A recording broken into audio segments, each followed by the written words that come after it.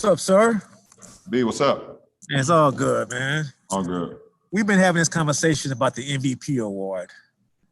And so my question to you is, what does the MVP award mean to you? And how do you try to process the idea that you are still a candidate, you haven't won it in a while, and what is the MVP to LeBron James?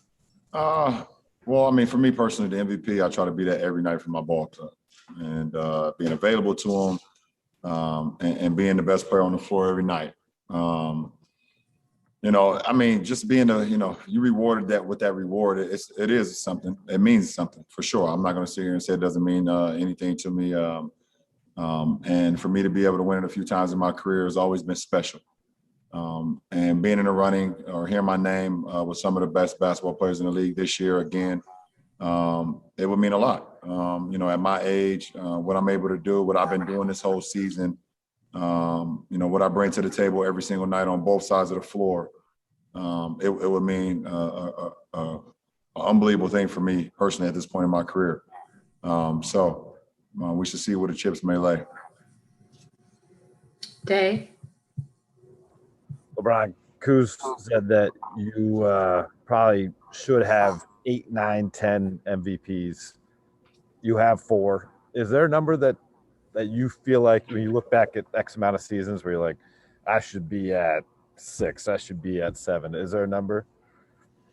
I should have more than 4, I believe. But I don't, and I don't sit around thinking about it or crying about it, whatever the case may be. I just try to come in the next season and be the MVP and be talked about again. I bet, a lot of the greatest that played this game feel like they should have had more as well. If you ask any one of those guys, so this is another opportunity, for me, to be able to be recognized as the best player, for that particular season, and in this season. So hopefully I can continue just to play great basketball and see what happens at the end. Kyle? Hey, LeBron, to spin it to your teammate, Dennis is kind of in an interesting situation where the Lakers can sign him to an extension, and he said that he wants to be a part of this group, that he really likes the team, the situation. How do you think he's performing, especially in wins like this, through that situation where maybe some guys could be thrown off by sort of the career sort of big decisions looming?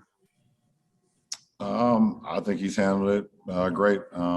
I haven't got we as his teammates have got no sense of that he's been dealing with that. So he's been playing, coming to work, and he's been playing great basketball. Despite having to deal with extension talks and things of that nature. I think that's for his side, his agent, and the front office all to figure out.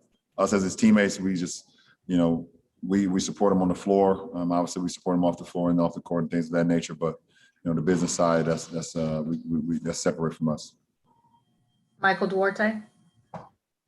Yeah, LeBron, I remember that game in Cleveland when you first went up against a rookie Lonzo Ball. What was it like going up against his little brother LaMelo tonight? Similarities, differences? What was your first impression of him? I mean, I think it's damn good to be his age. His speed, his quickness, his ability to make shots at all facets. In the paint. Floaters, threes. He has a 3-tier already, and he's going to only get better. Every game is a learning experience for him. He's going to get better and better, as the season goes on, as his career goes on, and so on and so on. So, he's him and Zoe are two, just very unique players in our league, and they showcase that every night. Okay, we'll take 2 more. Harrison? Hey, LeBron, Alex was just telling us that you guys aren't worried about your seed. You're worrying about winning a championship, but you're only 1.5 games back of the 1 seed now. I was just wondering, you've won 4 in a row. Is chasing that something that matters to you guys at all, or do you not really care about where you end up at the end of the season heading into the playoffs? We haven't really talked about it. If it gets to a point where we can capture it, I mean, why not? But we haven't talked about it at all. We haven't talked about seeding all year.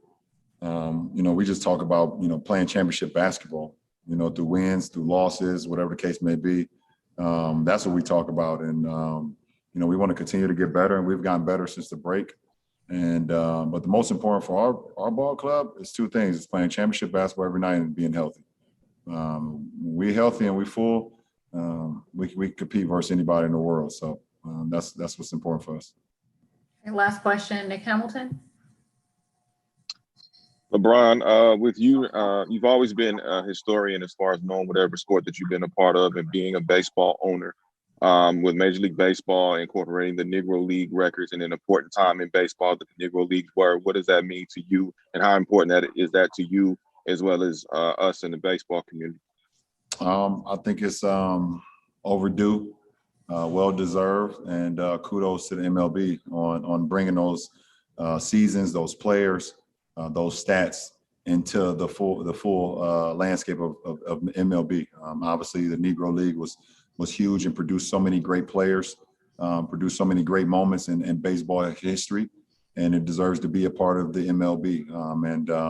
That's just it's unbelievable. I think it's a great thing what the committee did with the MLB on acknowledging that, on understanding how important that moment was, and knowing how great that will look for the future of the sport. So kudos to that.